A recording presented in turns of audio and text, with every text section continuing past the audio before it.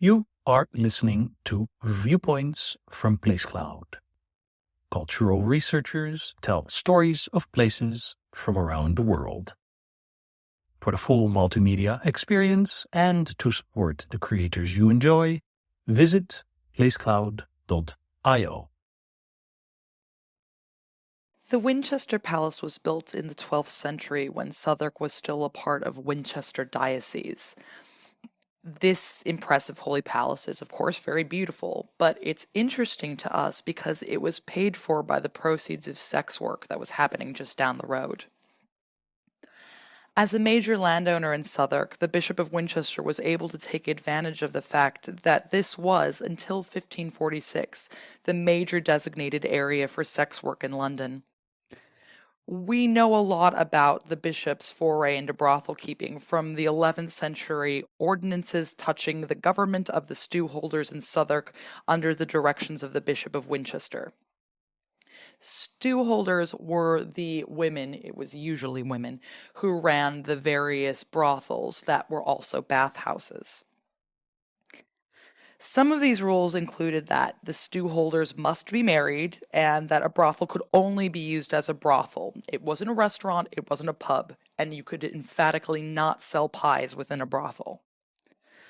Limitations were also placed on how much could be charged per room so that the women working there couldn't be saddled with a lot of debt in order to continue to work. Similarly, the women working in the bishop's jurisdiction couldn't be held against their will, and they couldn't be loaned more than 6 shillings and 8 denarii so that debt wouldn't obligate them to continue doing sex work.